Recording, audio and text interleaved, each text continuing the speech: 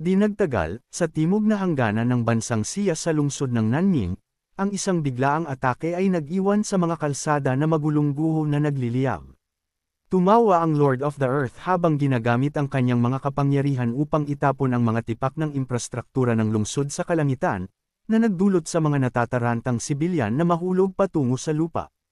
Ang mga hagupit ng green energy ay sumalo sa mga nahuhulog na sibilyan.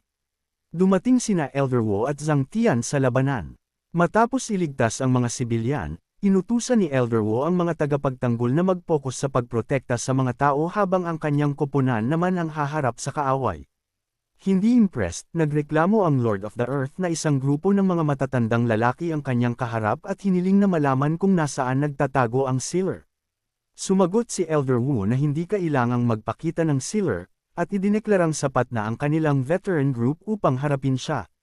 Bigla, isang matalas na green energy ang bumaril pataas sa mananakop, ngunit hinaranggan ng Lord of the Earth ang hataw sa pamamagitan ng pagpatawag ng isang higanteng bato.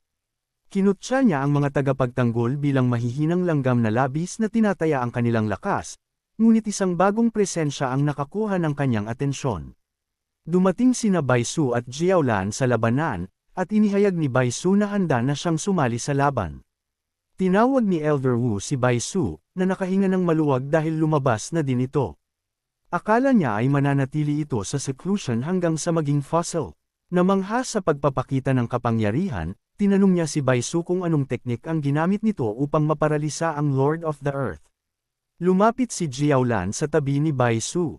Ipinaliwanag niya na ipinatong niya ang kanyang mutation ability sa bamboo forming technique nito upang doblehin ang kanilang kontrol. Nagbabala siya na kailangan nilang manatiling maingat laban sa isang taong may ganoong kalibre. Habang ang Lord of the Earth ay nababalutan ng matutulis na green growths, iminungkahi ni Jiaolan na gamitin ang nakulong nitong katawan upang makipagnegosasyon sa bansa B. Isang tawa ang umalingaw mula sa loob ng nabalot na kaaway. Kinutya ng Lord of the Earth ang mga tagapagtanggol, nagtatanong kung ang pagkakahawak na ito ba ang limitasyon ng kanilang Jinggang realm power. Napagtanto ni Elder Wu ang panganib at sumigaw sa koponan na umatras.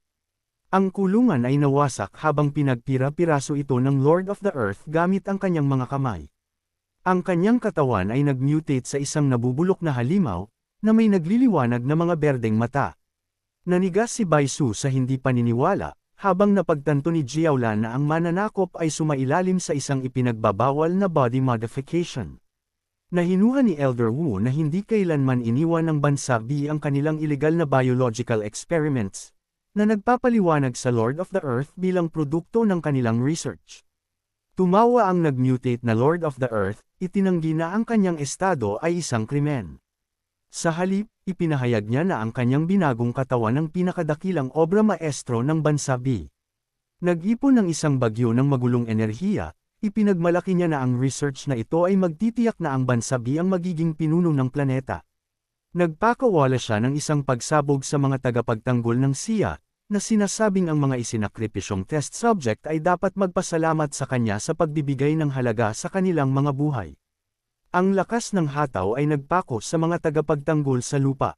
Nahihirapan laban sa bigat, ginamit ni Zhang Tian ang kanyang mga kakayahan upang gawing maluwag na buhangin ang namumuong bato, na nagulat sa tindi ng kapangyarihan ng throne. Nang makitang ang lupa ay nagbabantang gumuho, lumundag si Jiaolan sa labanan. Nagpakawala siya ng mga pagsabog ng purple energy upang durugan ang mga batong nabubuo kina Elder Wu at Zhang Tian, na nagbabala sa kanila na huwag hayaang tumigas ang lupa. Itinuon ng Lord of the Earth ang kanyang mga berdeng mata kay Jiaolan. Nakuha ang interes sa kanyang kapangyarihan, idineklara niya na ang mutant attribute nito ay angkop para lamunin niya. Idineklara na ito ang magiging unang biktima niya, nagpakawala siya ng sunod-sunod na matutulis na energy spike sa kanya. Ngunit bago pa tumama ang mga ito, isang umuungol na fire dragon ang hamarang sa atake. Di nagtagal, maraming fire dragon ang lumitaw, na pinalibutan ng Lord of the Earth sa isang puyo ng mga apoy. Sumabak si Fang Yi sa labanan, hawak ang kanyang espada habang naghahanda ng isang mabigat na hataw. Itinanam niya ang kanyang madilim na pulang talam sa Lord of the Earth, na nag-trigger ng isang pagsabog na lumamon sa buong labanan. Sumigaw sa tuwa at gaan ng loob si Elder Wu at ang iba pang mga tagapagtanggol, na nakikilala ang pagdating ng Sealer. Nagtanong sila ng may gulat kung bakit nito iniwan ang kanyang training. Inutusan ni Fang Yi ang lahat na umatras, na nagbabalas sa mga veteran na hindi nila kayang tapatan ang kalabang ito. Lumabas ang Lord of the Earth mula sa bunganga ng pagsabog, tumatawa na ang Sealer ay hindi espesyal. Winasak niya ang kanyang rock armor at idineklara na kung walang kapangyarihan ng isang throne, ang tadhana ni Fang Yi ay nasa panganib. Lumundag si Fang Yi patungo sa kanyang kaaway. Habang pinagmamasdan ang nag-mutate nitong anyo, kinutya niya ang Lord of the Earth, nagtatanong kung ang hitsura ba nito ay resulta ng isang nabigong breakthrough at energy backlash. Hindi pinansin ng Lord of the Earth ang panlalait at ang dalawa ay nag-clash. Nagpakawala si Fang Yi ng sunod-sunod na hataw ng talam laban sa rock defenses ng mananakop.